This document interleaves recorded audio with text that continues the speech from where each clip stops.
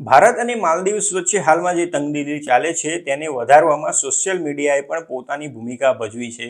હવે માલદીવ્સનો બહિષ્કાર કરીને લક્ષદ્વીપમાં વેકેશન માણવા જવાની વાતો થઈ રહી છે, પરંતુ સવાલ એ છે કે લક્ષદ્વીપ લાખોની સંખ્યામાં ટુરિસ્ટોને હેન્ડલ કરવા સક્ષમ છે કે નહીં, અને આટલા બધા પર્યટકો અહીંના ટાપુઓ પર ઉતરી આવશે તો પર્યાવરણને કેટલું નુકસાન થશે તે પણ એક મોટો સવાલ છે। લક્ષદ્વીપ તેના રમણીય બીચ અને સુંદરતાની બાબતમાં માલદીવ્સથી જરાય પણ પાછળ નથી, પરંતુ મોટી સંખ્યામાં ટુરિસ્ટ અહીં આવી જાય તો મજાના બદલે સજા થઈ જાય તેવી શક્યતા છે। વડાપ્રધાન નરેન્દ્ર મોદીએ કેરળની રાજધાની કોચીનથી 406 કિમી પશ્ચિમમાં આવેલા લક્ષદ્વીપની મુલાકાત લીધી અને તેની તસવીરો સોશિયલ મીડિયા પર પોસ્ટ કરી। ત્યારથી તેની ખૂબસૂરતી લોકોના મનમાં વસી ગઈ છે। લક્ષદ્વીપનો એરિયા માત્ર 32 ચોરસ કિલોમીટરનો છે અને ત્યાં માત્ર 10 ટાપુ એવા છે જ્યાં માનવ વસ્તી છે।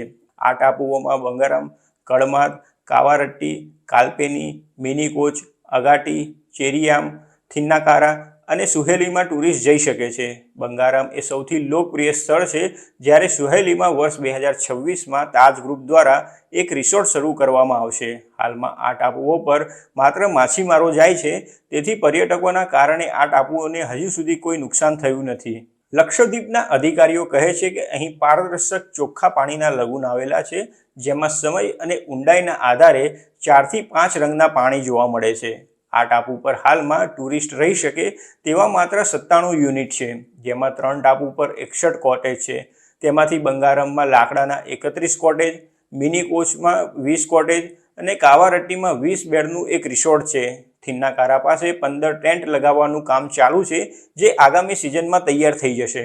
બીજી તરફ એવી વાતો પણ ચાલી રહી છે કે અહીં મિનીકોય આઇલેન્ડ પર ભારત એક વિશાળ એરપોર્ટ બનાવી શકે છે। આ એરપોર્ટ એટલું મોટું હશે કે ત્યાં મિલિટરી વિમાનો પણ ઉતરી શકશે અને કોમર્શિયલ વિમાનોને પણ ઓપરેટ કરી શકાશે।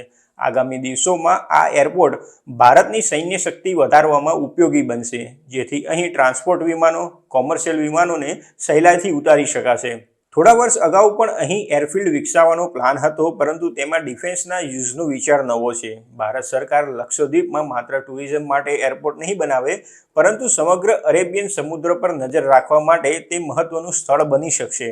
ત્યાં નૌકાદળને રાખીને ભારત અરબી સમુદ્ર તથા હિન્દ મહાસાગરમાં સક્રિય રહી શકશે।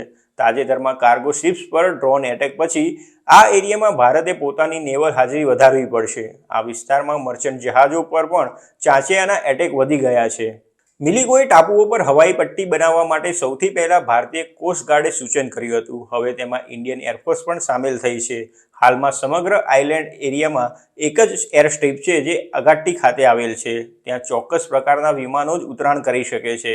વડાપ્રધાન નરેન્દ્ર મોદીએ ગયા અઠવાડિયે આ ટાપુની મુલાકાત લીધી ત્યારથી ભારે ઉથલપાથલ મચી ગઈ છે। માલદીવ્સમાં ભારત વિરોધી વાતાવરણ છે અને ત્યાંની સરકાર ભારતીય સેનાને માલદીવ્સ છોડી જવા જણાવે છે।